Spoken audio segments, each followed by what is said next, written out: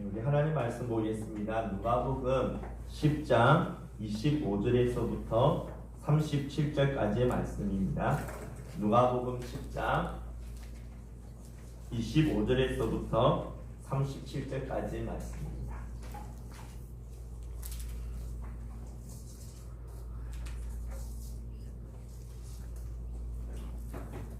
우리 한 절씩 조독해서 우리 봉독하겠습니다. 어떤 율법 교사가 일어나 예수를 시험하여 이르되 선생님, 내가 무엇을 하여야 영생을 얻으리까?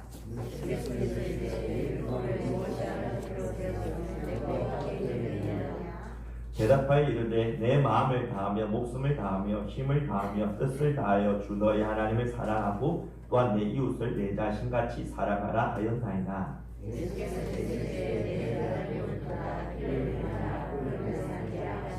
그 사람이 자기를 옳게 보이려고 예수께 여짜오되 그러면 내 이웃이 누구니까?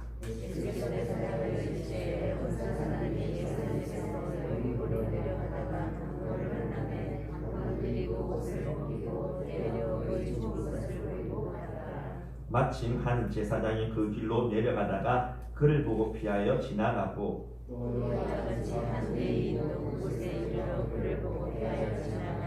어떤 사마리아 사람은 여행하는 중 거기 이르러 그를 보고 불쌍히 여겨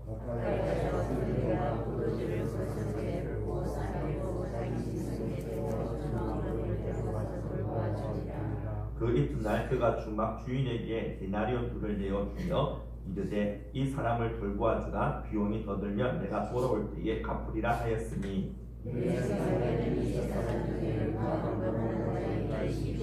같이 이르되 자기를 베푼 자니이다. 예수께서 이르시되 가소 너도 이와 같이 하라 하시니라. 이제 우리 호산나 찬양대 찬양이 되겠습니다.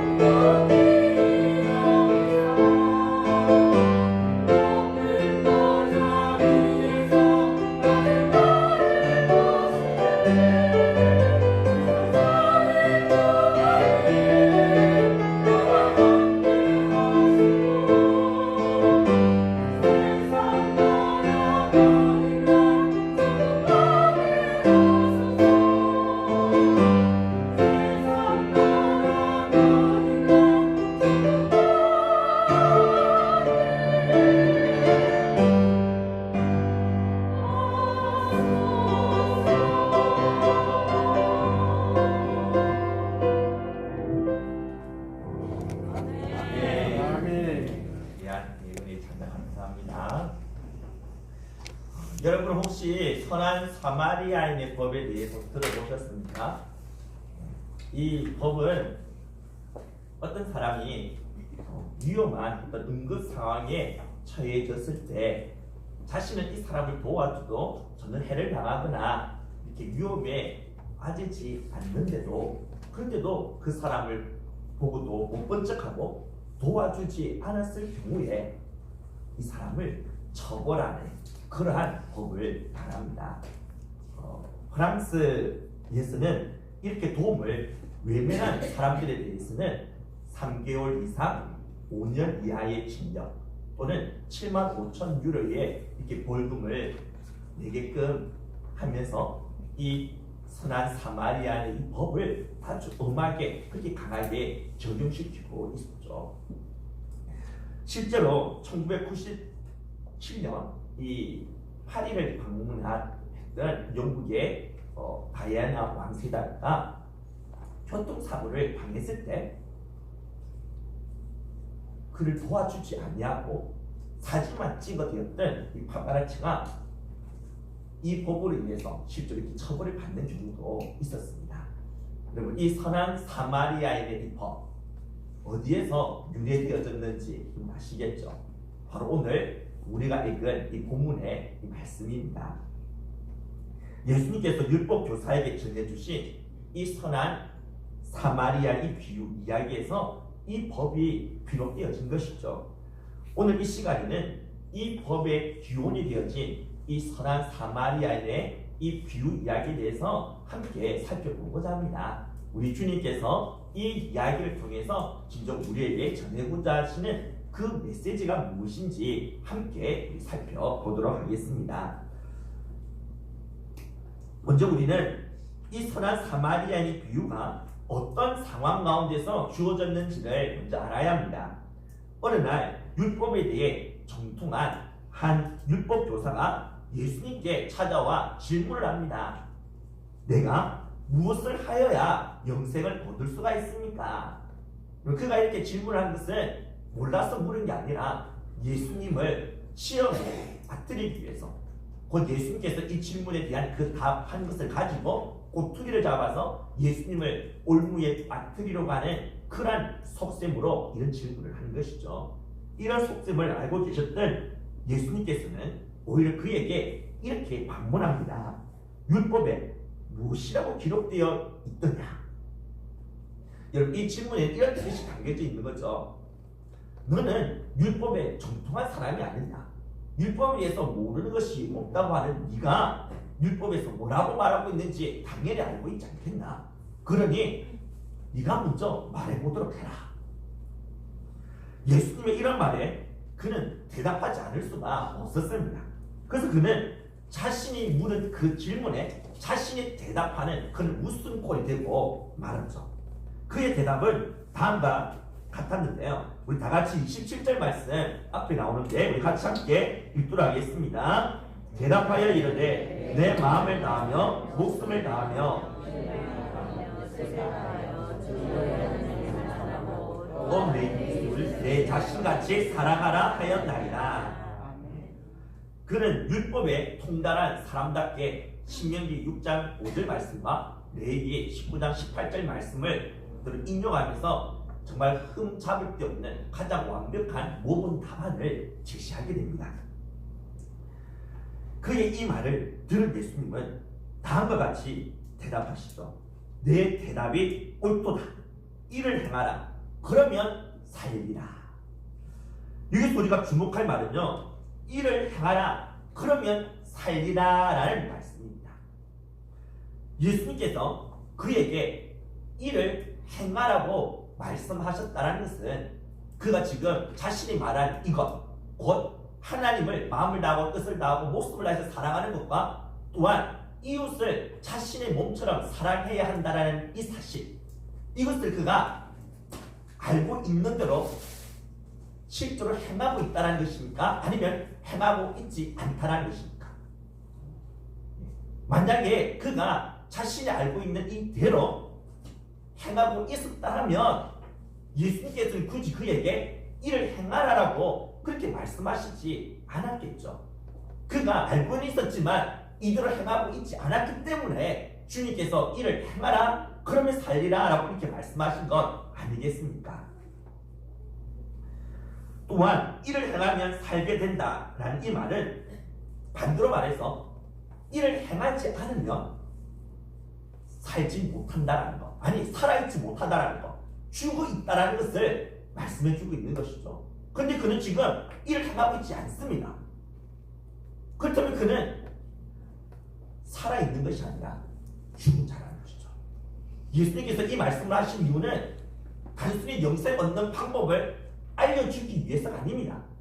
지금 이 질문을 던진 이 율법교사, 그의 실체를 까발리고 그의 실체를 폭로하기 위해 서 있던 것이죠. 이 율법교사는 자신이 율법에 대해서 통달해서 잘 알고 있고, 그래서 그 누구라도 하나님에 대해서 또한 하나님의 뜻에 대해서 잘 알고 있을 뿐만 아니라 율법의 조항들을 여러 가지 많이 지키고 있기 때문에 자신은 하나님 앞에서 진정 의로운 자고, 또한 하나님 앞에서 진정 자신은 살아있는 자로 여기고 있다는 것입니다. 그런데 지금 주님께서는 그가 살아있는 것이 아니라 죽어 있다고 말씀하고 있는 것이죠. 아무리 율법에 대해 잘 알고 있고 또한 율법의 이 조항들을 잘 지키고 몇 가지 그렇게 잘 지키고 있다고 해서 살아있는 것이 아니라는 것입니다. 율법 그 전체의 그 핵심, 또한 율법의 그 근본 정신이 진정한 하나님 사랑과 이웃 사랑을 실천하지 못하고 있다면 그는 살아있으나 실상은 죽어 있는 자라는 것을 말씀해주고 있는 것이죠. 예수님의 이 말씀에 숨겨진 이 의미를 알지 못한 이 율법교사는 오히려 자신을 옳게 보이려고 예수님께 이렇게 질문합니다. 내 이웃이 누구입니까? 그렇다면 내가 사랑해야 될 나의 이웃은 누구입니까? 이때 예수님이 하신 말씀이 바로 그 유명한 선한 사마리아인의 이야기입니다. 이 비유를 바로 이런 상황 가운데서 주님께서 하셨다는 거죠. 이 비유의 내용은 이렇습니다. 한 사람이 예루살렘에서부터 이렇게 여리고로 내려가다가 강도를 그렇게 만나서 자신이 가진 것 다 빼앗기게 되고 또한 폭행까지 당해서 피를 흘려 죽어가게 되어진 것이죠. 이때 하나님을 잘 숨기고 경건하다라고 그렇게 이끌어지는 그런 제사장 그리고 이 레위인이 차례대로 이 강도 만난 사람을 보게 됩니다. 그렇지만 그들은 이 강도 만난 사람 도와주지 않습니다. 봐도 못 본 척하고 그냥 지나쳐 버린 것이죠. 그러나 이 선한 사마리아인은 그렇지가 않았습니다. 그는 강도 만난 이 사람을 보았을 때 자신이 가지고 있었던 기름과 포도주로 그의 상처를 치유해 줍니다. 그리고는 자신이 타고 있었던 그 짐승에 이 강도 만난 사람을 올라타게 하고 그리고는 주막까지 가서 그곳에서 그가 밤을 꼬박 지새우면서까지 그의 곁에서 정성껏 돌보아 주었습니다. 그리고는 그 다음날 이 주막 주인에게 돈을 주면서까지 이 강도 만난 사람을 좀 잘 보살펴 달라고 그렇게 부탁을 하고는 자신이 가야 할 길을 떠나게 되었다는 것이죠. 이것이 바로 예수님께서 이 율법 교사에게 전해준 선한 사마리아인의 비유에 대한 내용입니다. 예수님께서 그에게 이 비유의 이야기를 하시고 난 뒤에 질문을 하시죠. 이 비유의 결론적으로 주님께서 다음과 같이 물으십니다. 너는 누가 이 강도 만난 자의 이웃이라고 생각하느냐? 우리는 예수님이 이 질문하신 의도를 잘 헤아릴 수 있어야 합니다. 율법교사는 내가 사랑해야 하는 나의 이웃은 누구입니까? 라고 이렇게 물었습니다. 그렇지만 예수님은 누가 이 강도 만난 자의 이웃이냐고 그렇게 반문하셨다는 거죠. 여기서 우리는 이 이웃에 대해서 율법교사와 예수님이 가지고 있었던 생각, 이 둘의 어떤 그런 관점이 다르다라는 사실을 볼 수가 있습니다. 율법교사는 철저하게 자신을 중심으로 하여 자신의 그 이웃의 범위를 정하려고 하였습니다. 그래서 그는 자신의 이웃이 될 수 있는 사람이 누구냐라고 그런 식으로 물은 것이죠. 아마도 그는 자신이 사랑할 수 있는 이웃의 그 범위 안에 들어가려면 자신과 친하거나 또는 자신과 가까이 하고 있는 사람이거나 또는 자신과 뭔가 생활 수준이 비슷한 그런 사람으로만 생각하고 있었던 것 같습니다. 그러나 예수님은 나의 이웃이 아닌 강도 만난 자의 이웃은 누구냐라고 물으심으로 이웃을 나 자신을 중심으로 생각하지 말고 이 강도 만난 자를 중심으로 생각해야 한다라고 말씀해주고 있다는 것이죠. 만약 선한 사마리아인이 자신을 중심으로 자신이 사랑할 그 이웃을 이렇게 딱 정했다면 절대로 이 강도 만난 사람은 자신의 이웃에 포함되지 못했을 것입니다. 여러분, 이 강도 만난 사람 그는 유대인입니다. 예루살렘에서부터 여리고로 내려갔다는 말을 통해서 볼 때 그는 예루살렘 출신의 유대인이었다는 사실을 알 수가 있죠. 여러분, 유대인들은 사마리아 사람들을 개취급합니다. 원래 사마리아 사람들은 북이스라엘 사람들이었죠. 근데 북이스라엘이 주전 722년에 아수르 제국에 의하여 멸망을 당하게 됩니다. 이때 아수르의 왕이 그 주변에 있었던 이방의 여러 이 민족들을 강제로 이 북이스라엘의 수도였던 이 사마리아 땅으로 이주시킵니다. 그리고는 이스라엘 사람들과 섞여서 살아가게끔 만든 것이죠. 그래서 이스라엘 사람들과 이방인들이 결혼하게 됩니다. 결혼해서 2세, 3세, 4세의 그런 자녀들이 태어나게 되죠. 혼혈인들이 태어나게 됩니다. 이 혼혈인들을 가리켜서 사마리아인이라 불려지게 된 것이죠. 따라서 순수한 이스라엘의 피를 물려받은 이 유대인들이 볼 때에는 이 사마리아 사람들은 더러운 이방인들의 피가 섞여져 있는 잡종들이었던 것입니다. 그래서 그들은 이 사마리아 사람들을 잡종으로 개취급하면서 그렇게 멸시하고 조롱하며 살았던 것이죠. 자, 그렇다면 이 비유에 등장하는 이 선한 사마리아 사람, 그도 이런 유대인들로부터 무시와 조롱을 받으며 이때까지 살아오지 않았겠습니까? 자신을 개취급하는 그런 유대인들로부터 얼마나 많은 상처와 아픔을 가졌겠냐는 거죠. 그렇다면 지금 피를 흘려 죽어가고 있는 이 강도 만난 사람, 그는 유대인입니다. 따라서 이 선한 사마리아인이 자신을 중심으로 이웃을 정했다면, 자신의 그 감정을 중심으로 자신이 사랑할 이웃의 그런 다른 범주를 정했다면 절대로 이 강도 만난 이 유대인을 자신의 이웃에 포함시키지 않았겠죠. 그런데 이 강도 만난 이 사람을 이 선한 사마리아인은 자신의 이웃으로 삼았습니다. 더 정확하게 말해서 그는 자신을 중심으로 이웃을 생각하지 않고 이 강도 만난 사람을 중심으로 그렇게 이웃을 정해놓은 것이죠. 그는 아마 이렇게 생각했을 것입니다. 이 강도 만난 사람은 누군가의 도움이 절대적으로 필요하다. 근데 나는 그를 도와줄 수 있다.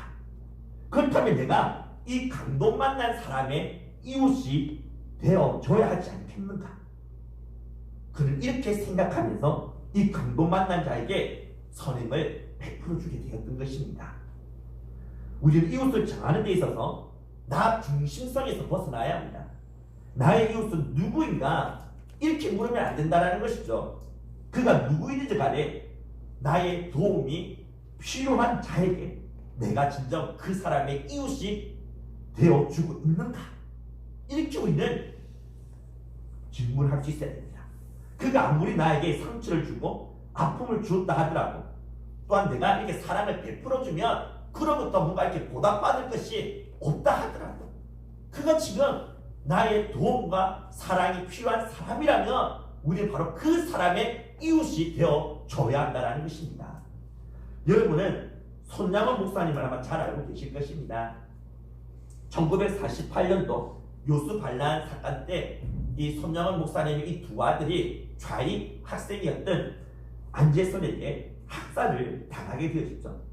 그리고 얼마 뒤에 이 안재선이가 손 목사님의 이 두 아들을 죽인 범인이라는 사실이 밝혀져 재판을 받고 이제 처형을 당할 그런 상황에 처해지게 되어졌습니다.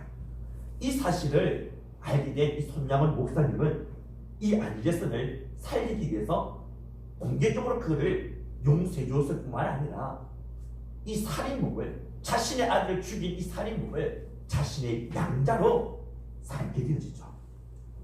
때려 죽여도 시원치 않을 이 온수를 살려줄 뿐만 아니라 자신의 양자로까지 삼는 것이 이게 가능한 일이겠습니까? 도저히 불가능해 보이는 이러한 사랑을 그가 실천을 할 수 있던 이유가 무엇이었겠습니까? 그래서 손 목사님이 자신의 사랑에 대해 그 이웃을 자신을 중심으로, 자신의 감정을 중심으로 이웃의 그 범주를 정한 것이 아니었다는 것입니다. 자신의 감정을 중심으로 자신의 사랑한 이웃을 정했다면 절대로 이 살인자를 자신의 이웃으로 여기면서 사랑을 베풀어 주지 못했었겠죠. 그러나 손 목사님은 아무리 그가 자신에게 커다란 아픔과 상처를 안겨다 준 온수랄지라도 그는 지금 자신의 절대적인 도움과 사랑이 필요하였기에 자신이 이 불쌍한 이 사람의 이웃이 되어줘야 한다고 그렇게 생각하였던 것입니다. 그 결과 그는 결국에 온수를 사랑하라는 주님의 이 위대한 이 계명을 지켜 순종하는 자가 될 수 있었던 것이었죠. 우리는 이 비유의 이야기가 무엇을 해야 영생을 얻을 수 있는가에 대한 질문에서 비롯되었다는 사실에 주목해야 합니다. 선한 사마리아인처럼 이웃이 될 수 없는 온수 같은 자에 대해서도 진정으로 사랑을 베푸는 것과 영생을 얻는 것하고는 아주 긴밀한 연관성이 있다는 사실을 알아야 됩니다. 그렇다고 오해해서는 안 됩니다. 그저 이웃을 그렇게 사랑하기만 한다면, 어렵고 힘든 사람들 도와주고 그렇게 사랑을 베풀어 주기만 한다면 그가 예수님을 믿든지 안 믿든지 상관없이 영생을 얻을 수 있다. 그게 아닙니다. 진정한 이웃 사랑의 이 실천은요, 구원의 조건이 아니라 구원의 결과입니다. 진정 영생을 가진 사람이 맞다면, 진정 구원받은 사람이 맞다면 참된 이웃 사랑의 이런 실천, 이것이 하나의 증표로서 반드시 나타나게 되어진다라는 것이죠. 그 이웃이 바로 온수와 같은 자라 할지라도 말입니다. 그렇다면 우리가 진정 구원받은 자가 맞다면 진정한 이웃 사랑의 실천이 뒤따라야만 하는 이유는 무엇일까요? 이를 알기 위해 우리는 먼저 예수님이 하신 이 질문에 숨겨진 의도가 무엇인지를 알 수 있어야 합니다. 우리 앞에 화면 나올 건데요, 우리 같이 한번 앞에 보세요. 보면 율법교사는 이렇게 묻죠. 누가 나의 이웃인가? 자, 그런데 예수님께서는 이렇게 질문하십니다. 누가 강도 만난 자의 이웃인가? 여러분, 예수님이 이 말씀하신 의도 여러분 눈치채셨습니까? 율법교사의 질문과 동일한 패턴으로 반복해서 반문하신 이유를 말입니다.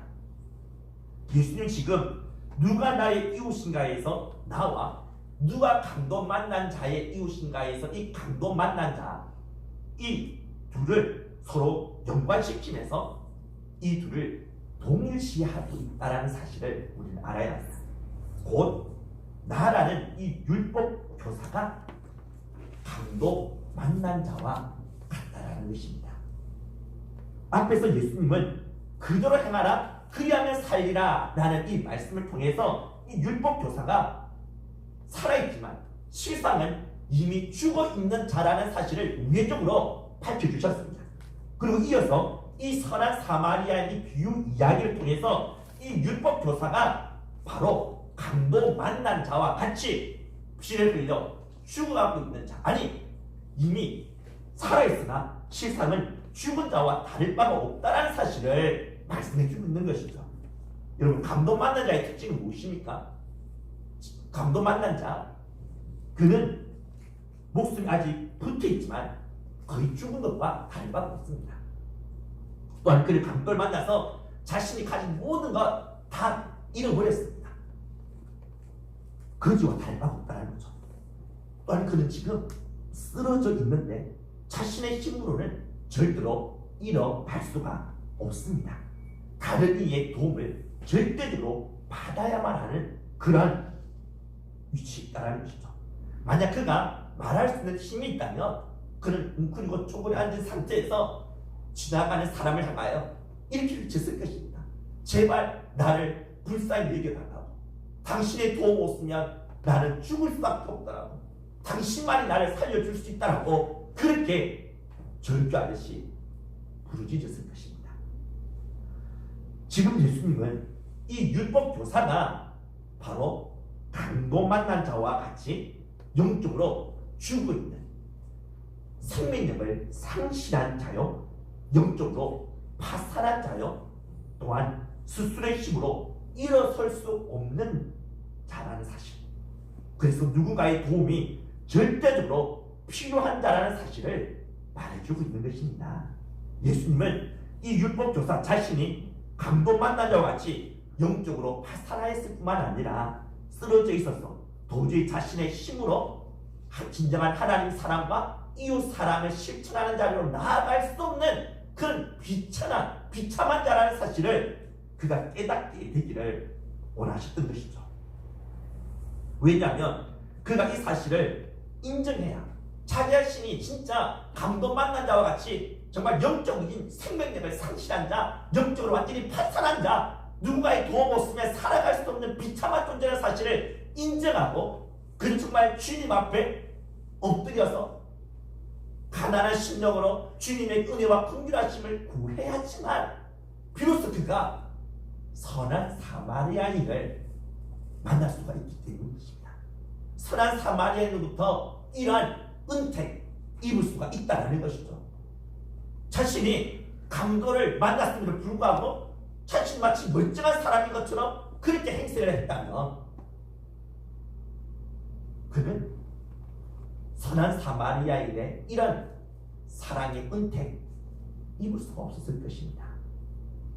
여러분, 이 비유에 등장하는 이 선한 사마리아인은 누구를 대표하겠습니까? 바로 예수 그리스도시죠. 지금 선한 사마리아인은 강도 만난 자를 만나서 그를 치료해 줍니다.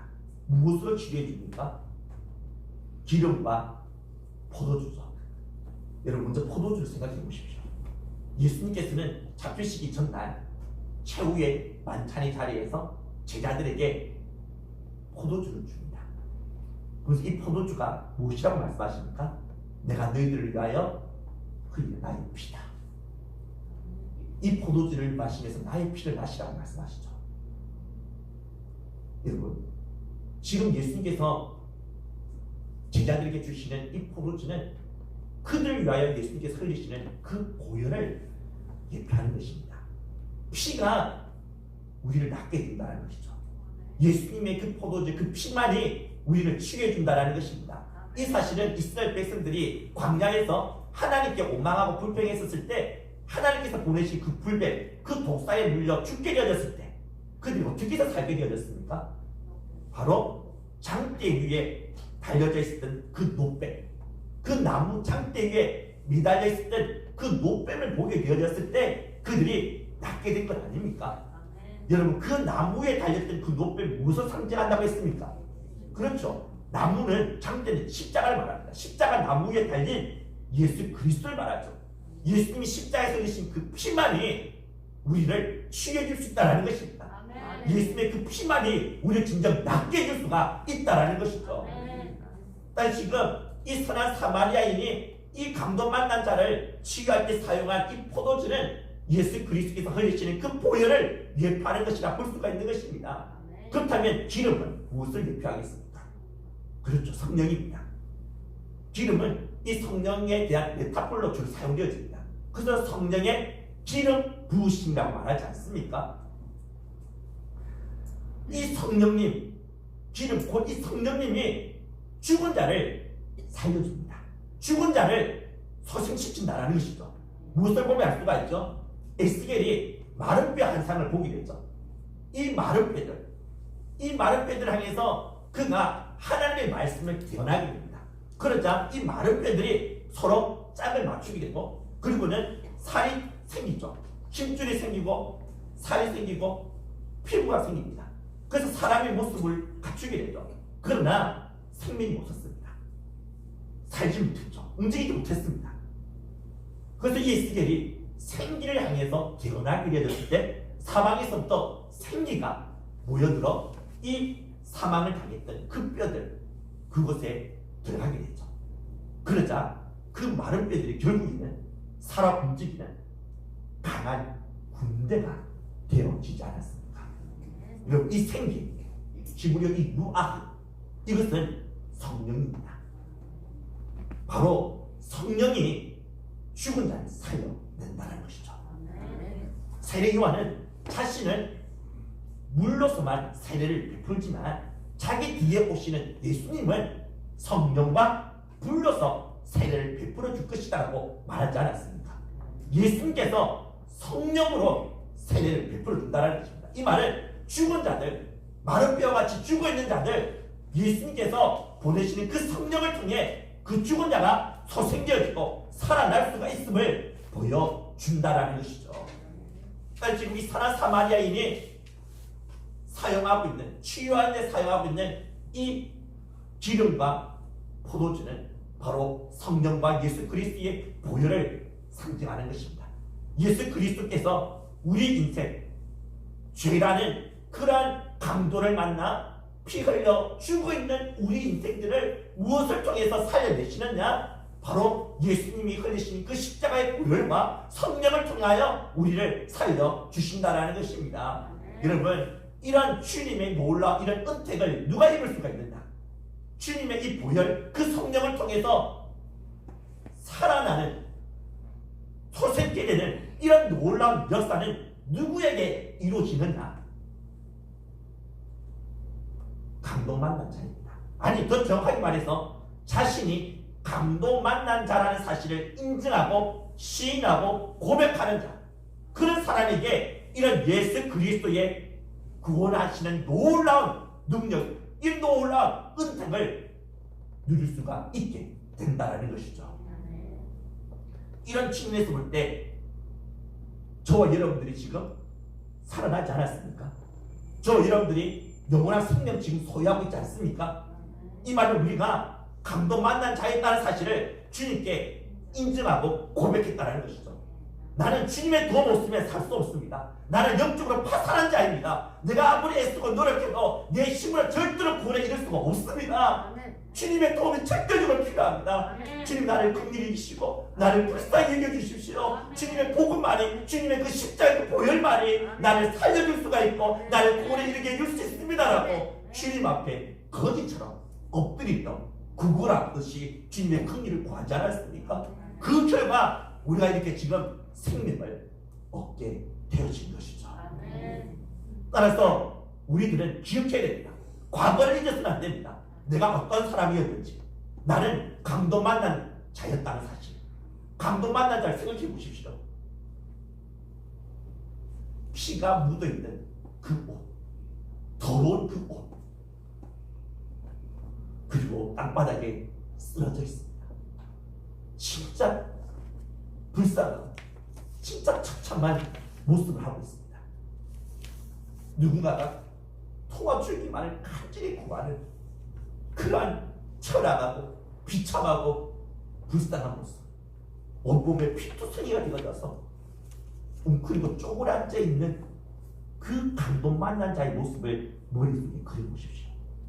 그가 바로 나 자신이었다는 거죠. 내가 바로 감동 만난 자였던 것입니다. 이러한 나를 예수님께서, 선한 사마리아에 계신 예수님께서 찾아오셔서 당신의 그 보혈로 나를 치유해 주시고 나를 살려 주신 것입니다. 나는 예수님에게 있어서 이웃이 될 수 없습니다. 예수님께서 자신을 중심으로 생각하셨다면 절대로 우리 자신은 예수님이 사랑할 수 있는 이웃이 될 수 없었습니다. 우리는 예수님에게 있어서 하나님께서 원수와 같은 자이지 않았습니까? 하나님을 마음에 두기 싫어했던 사람이었죠. 하나님을 무시하고 하나님 믿을 바에 차라리 내 주먹 믿으라고 그렇게 말하는 사람이 우리였을 때 아니겠습니까? 우리는 하나님의 원수였습니다. 하나님의 절대로 이웃이 될 수 없는 자였다는 것이죠. 그런데 주님께서는 자신을 중심으로 이웃을 정하지 않으셨습니다. 감동 만난 자를 중심으로 이웃을 생각하신 것이죠. 그래서 감동 만난 자인 우리들의 이웃이 되어 주시겠다라고 신이 우리에게 오신 건 아닙니까? 그렇기 때문에 우리가 이렇게 살게 되어진 것이죠. 우리가 진정 이런 주님의 놀라운 은총과 이 사랑을 입은 자가 맞다면 사랑받을 자격이 없는 원수였던 나를 진정 사랑하셔서 나의 이웃이 되어주신 주님, 주님의 이 놀라운 은혜와 이 사랑을 입은 자가 맞다면 이제 우리가 우리 주변에 있는 감동 만난 자들에게 이웃이 되어줘야 되지 않겠습니까? 예수님께서 나의 이웃이 되어줬다가 이제 우리 또한 내 주변에 감동 만난 자들, 그들의 이웃이 되어줘야 하는 거죠. 육적으로 감동 만난 자들이 있습니다. 육적으로, 육체적으로 궁핍함과 어려움 가운데 있는 사람들이 있습니다. 그들 나와 가까이 지내지 않는다고, 나와 좀 상관없다라고, 나와 수준이 다르다라고 그들을 우리가 배척하고 외면한다면 우리는 주님의 사랑을 아는 자라고 말할 수 없다는 것이죠. 우리가 전도를 하다 보니까 어제도 정말 어렵게 힘든 사람들 많이 볼 수 있었습니다. 이 추운 날에 기름 제대로 떼지 못하고 추워서 그렇게 잠을 자야만 하는 그런 할머니를 볼 수 있을 거예요. 정말 어렵고 힘든 사람들, 우리 주변에 감동 만난 사람들 많습니다. 그들을 우리가 바라보면서 이제 우리가 그 사람들의 이웃이 되어 줘야 한다는 것이죠. 주님께서 나한테 그렇게 해주셨기에 우리도 그들에게 다가가서 그들의 이웃이 되어 줘야 하는 것입니다. 그래서 이 교회에 정말 이 주변에 어렵게 힘든 사람들, 그런 사람들을 구제하고 도와주는데 우리가 가진 재정의 대부분을 다 사용해야 되지 않겠나 생각이 듭니다. 이건 주님께서 원하시는 일이기 때문에. 또한 우리 주변에 보면 영적으로 강도 만난 자들이 있죠.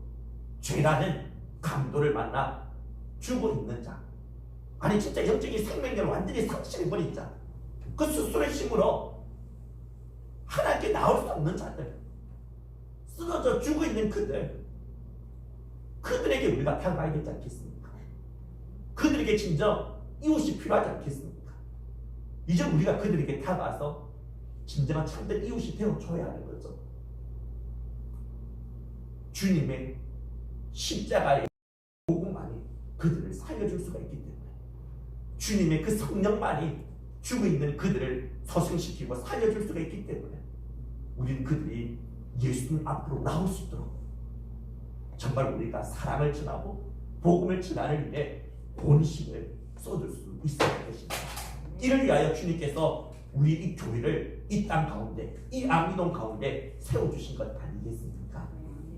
정말 우리가 오늘 힘을 다해서 정말 우리 주변에 있는 이 강도 만난 자들, 그들의 이웃이 되어주는 그런 저와 여러분들이 다 되어질 수 있기를 주님의 이름으로 축복합니다.